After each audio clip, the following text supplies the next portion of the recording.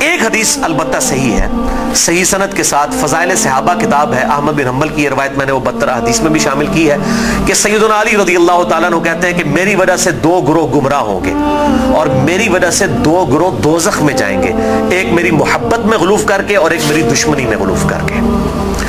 تو یہ سیدنا علی کا قول ہے، اور یہ محدثین کا پیٹ رول ہے کہ اگر کسی صحابی کا قول غیبی خبر سے متعلق ہو تو یہ امپلائیڈ ہوتا ہے کہ یہ نبی کے بتانے پر ہی موقوف ہے، یعنی نبی نے خبر دی ہے تب ان کو یہ مستقبل کی خبر پتہ ہے، ورنہ نبی کے علاوہ تو کسی کے پاس علم غیب نہیں نہ ہوتا اللہ تعالیٰ کی طرف سے۔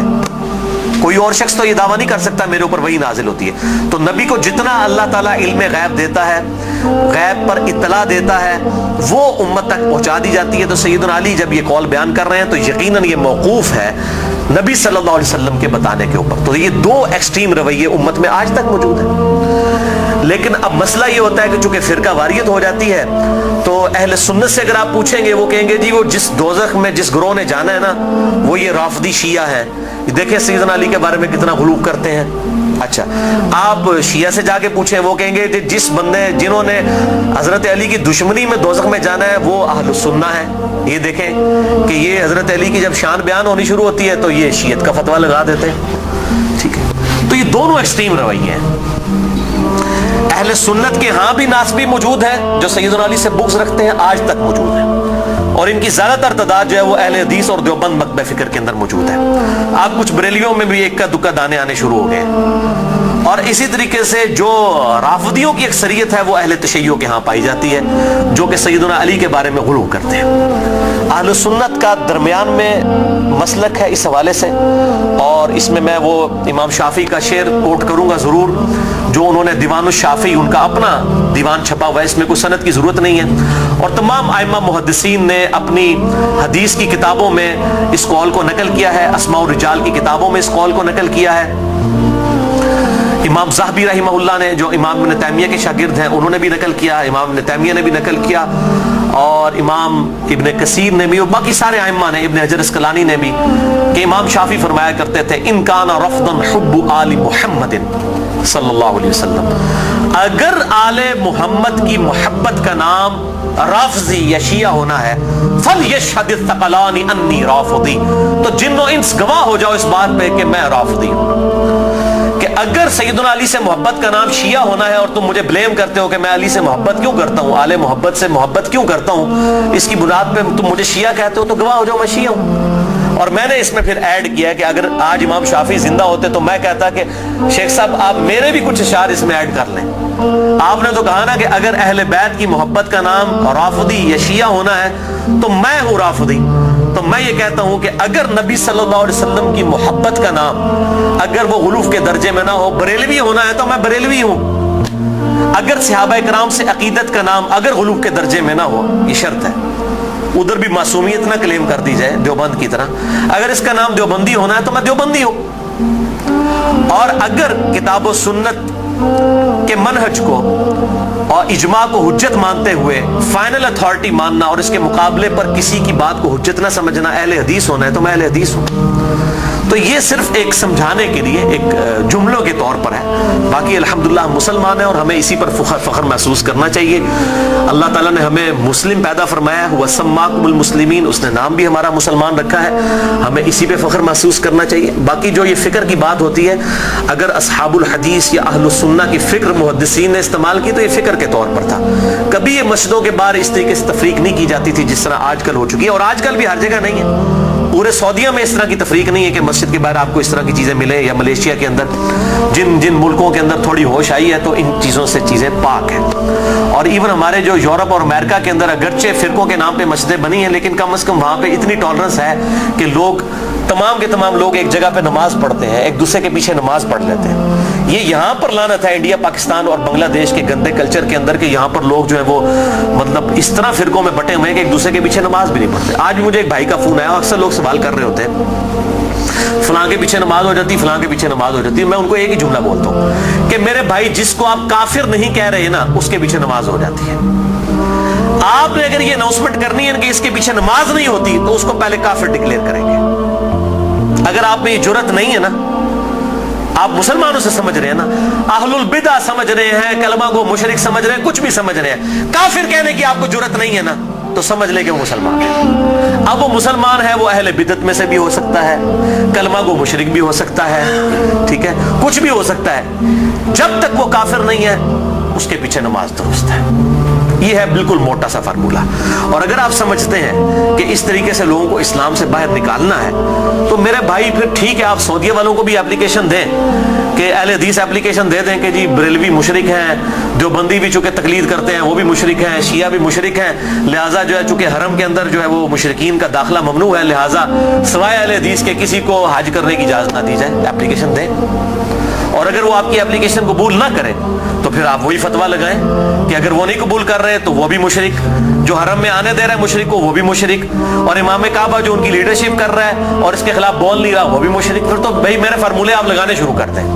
اصل میں سب کو یہ بات پتہ ہے, یہ تقریروں میں جوش میں آ کے کتابوں میں اس طریقے سے جوش میں چیزیں لکھ دیتے ہیں, پتہ ان کو بھی ہے کہ اسلام سے نہیں نکالا جا سکتا. جن کو اسلام سے نکالنا تھا نا, امت نے اتفاق کر کے ان کو اسلام سے نکال دیا ہے, وہ ہے قادیانی. ان کے بارے میں سب نے اتفاق کیا ہوا ہے. اگر کوئی قادیانیوں کے علاوہ کسی مسلمان کے فرقے کو جو انڈیا پاکستان بنگلہ دیش میں پایا جاتا ہے کافر سمجھتا ہے تو بھائی اپلیکیشن پٹ کرے, آپ دیکھیں ذرا پھر ان کے ساتھ ہوتی کیا ہے. اہل حدیث کے خلاف پٹ کریں گے نا, وہ ساروں کے بابوں کا چٹا بٹا کھول دیں گے. آپ بریلویوں کے خلاف پٹ کریں گے, بریلوی اہل حدیث دیوبند شیعہ کے بابوں کا چٹا بٹا کھول دیں گے. شیعہ کے خلاف پٹ کریں گے نا, وہ ان کے سارے بابوں کو ننگا کر دیں گے. دیوبندیوں کے خلاف بات کریں گے, وہ ان کے بابوں کو ننگا کر دیں گے. کیوں کہ سب کے پاس تھوک کے حساب سے ایک دوسرے کے خلاف گمراہ کن نظریات جو ہے نا کتابوں کے اندر موجود ہیں. ٹھیک ہے, یہ اتنا سیدھا معاملہ نہیں ہے اس کو جس طریقے سے سمجھا جاتا ہے. تو یہ میرے بھائیوں بہت کریٹیکل ایشو ہے. جس کو آپ کافر نہیں کہہ رہے اس کے پیچھے آپ کی نماز بالکل درست ہے. یا جرت کریں کافر کہنے کی, پھر اگلی بات کریں. اگر آپ یہ جرت نہیں کر رہے تو یقیناً آپ مسلمان سمجھ رہے ہیں, ایک دوسرے کے پیچھے نمازیں بھی پڑھتے ہیں, پڑھیں, ایک دوسرے کے ساتھ نکاح بھی کریں, ایک دوسرے کے ساتھ معاملات بھی کریں, علمی طریقے سے ایک دوسرے کے ساتھ معاملات کو آگے لے کے چلیں. باقی تو حالت یہ ہو چکی ہے میرے بھائی کہ یہاں تو ایک فرقے کے جو لوگ ہیں ان میں کتنی پارٹی بازی ہیں. ایک گھر کے اندر ایک فرقے کے لوگ ہیں, ان میں پارٹیاں موجود ہیں. کوئی ایک جماعت کے ساتھ ہے, کوئی دوسری جماعت کے ساتھ ہے. وہ کہتا ہے جی قربانی دی کھال میں انہوں دینی ہے, وہ کہتا ہے میں انہوں دینی ہے, اور مولوی دا واس چلے تو تہاڈی کھال کے لا کے لے جائے گی تلے داڑے.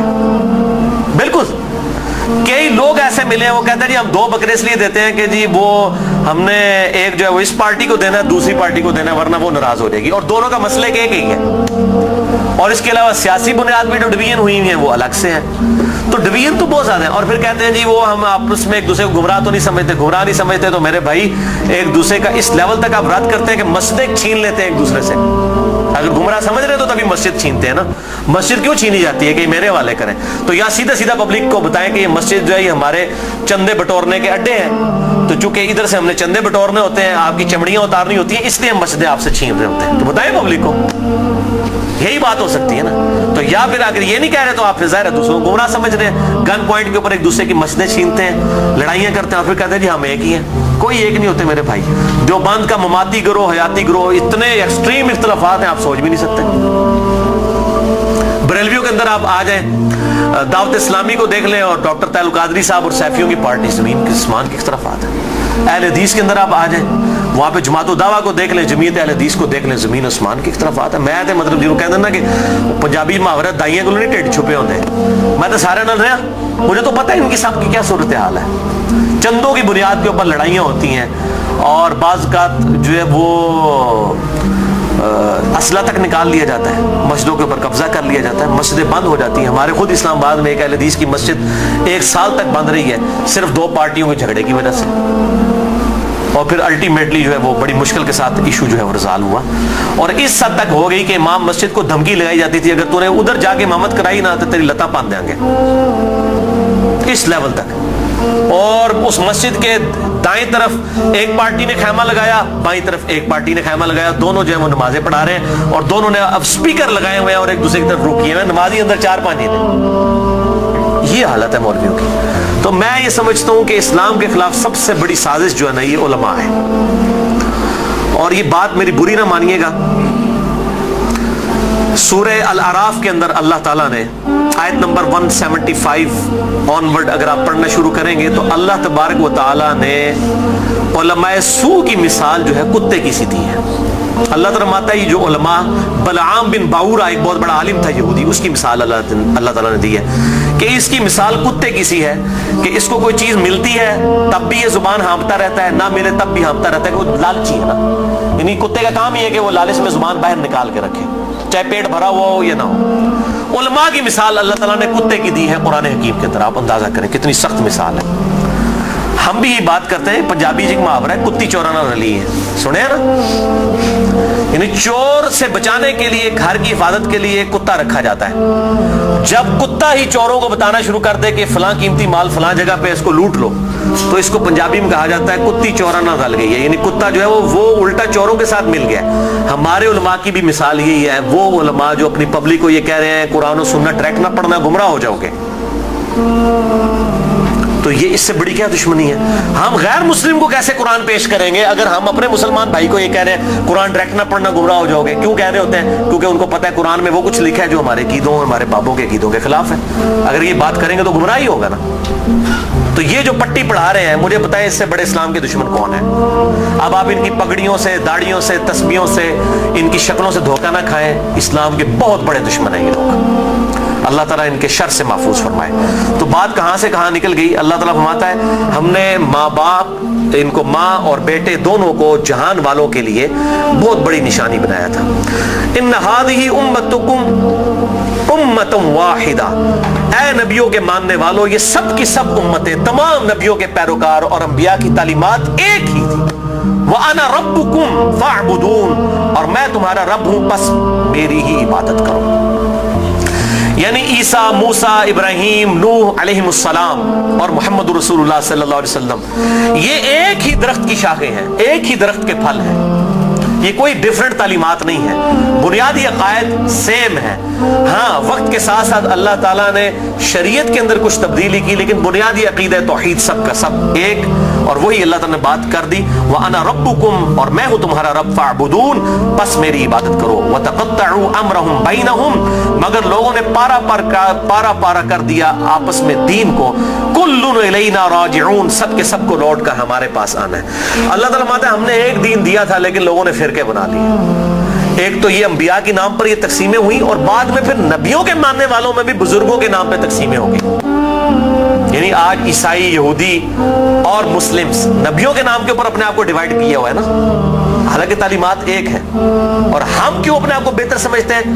ہم کسی نبی کا ڈینائی نہیں کرتے. لا نفرق بین احد من رسلی، ہم ایمان لانے میں کسی نبی میں فرق نہیں کرتے. لیکن یہودیوں کو دیکھیں، حضرت عیسیٰ کا انکار کرتے ہیں، محمد رسول اللہ کا انکار کرتے ہیں صلی اللہ علیہ وسلم. عیسائیوں کو دیکھیں، حضرت موسیٰ کو بھی مان رہے ہیں، حضرت عیسیٰ کو بھی مان رہے ہیں، ہمارے نبی کا انکار کر رہے ہیں. تو انہوں نے اپنی پگڈنڈی الگ کر لی ہے. اور ہمیں کیا تعلیم دی گئی کہ ہم عیسیٰ علیہ السلام کو بھی ویسا ہی پیغمبر مانتے ہیں جس طرح کہ اپنے محبوب صلی اللہ علیہ وسلم کو مانتے ہیں. ہمارے نزدیک نبی صلی اللہ علیہ وسلم کا انکار کرنے والا بھی ویسے ہی کافر ہے جس طرح کسی ایک پیغمبر کا انکار کرنے والا کافر ہے. سیم یہ اللہ تعالیٰ نے. لیکن پھر امت کے اندر کیا ہوا؟ نبی صلی اللہ علیہ وسلم تو چلے گئے، اور آپ صلی اللہ علیہ وسلم کے بعد وقت جب گزرتا گیا، لوگوں نے اپنے بزرگوں، بابوں کے نام کے اوپر فرقے کھڑے کرنا شروع کر دی. اس میں بزرگوں کا قصور نہیں تھا. یعنی امام حنیفہ، امام شافعی، امام احمد بن حنبل، امام مالک رحمہم اللہ اجمعین علیہم السلام رضی اللہ عنہم اجمعین، ان کا کوئی قصور نہیں ہے. انہوں نے کہیں نہیں کہا کہ ہمارے ناموں کے اوپر آپ فرقے بنائیں، اپنے ہمارے ناموں کے اوپر چیزوں کو ڈیوائیڈ کر دیں. ان کی کہیں یہ تعلیمات نہیں تھی. ان کی تعلیمات تو یہ تھی کہ اللہ اور اس کے محبوب صلی اللہ علیہ وسلم کو فالو کیا جائے، اللہ اور اس کے محبوب صلی اللہ علیہ وسلم کی تعلیمات کو لے کر چلا جائے. انہوں نے کہیں نہیں کہا کہ ہمارے ناموں کے اوپر آپ فرقے بنا لیں. تو میں ان کو کنڈیم نہیں کر رہا. آج جب ہم عیسائیوں کو کنڈیم کرتے ہیں، معاذ اللہ استغفر اللہ، ہمیں کبھی گمان بھی نہیں ہوتا کہ حضرت عیسیٰ علیہ السلام کی ہم توہین کر رہے ہیں. ہم تو کہہ رہے ہوتے ہیں کرسچینٹی غلط ہے، عیسیٰ علیہ السلام تو وجیہاً فی الدنیا والآخرہ، ان کا کون انکار کر سکتا ہے؟ ان سے تو ہم محبت کرتے ہیں، ان کی محبت کو ہم اپنے ایمان کا حصہ سمجھتے ہیں.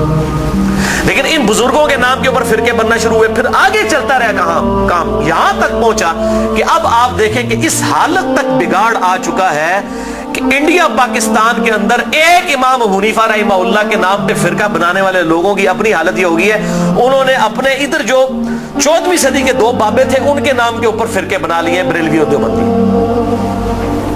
دونوں اپنے آپ کو حنفی کہہ رہے ہیں، دونوں اپنے آپ کو کہہ رہے ہیں کہ ہم امام حنیفہ کے پیروکار ہیں، اور دونوں ایک دوسرے کو ماشاءاللہ کافر بھی سمجھتے ہیں، گستاخ رسول بھی سمجھتے ہیں، مشرک بھی سمجھتے ہیں، ایک دوسرے کے پیچھے نمازیں پڑھنے کے قائل نہیں ہیں، اور اسی نام کے اوپر انہوں نے مسجدیں بھی الگ کر لی ہوئی ہیں، اور اس حد تک کہ آپ مسجد کے بارے میں دیکھتا ہوں لکھا ہوتا ہے اہل سنت والجماعت، بریکٹ میں لکھا ہوتا ہے حنفی، پھر آگے مزید بریکٹ لگائی ہوتی ہے دیوبندی.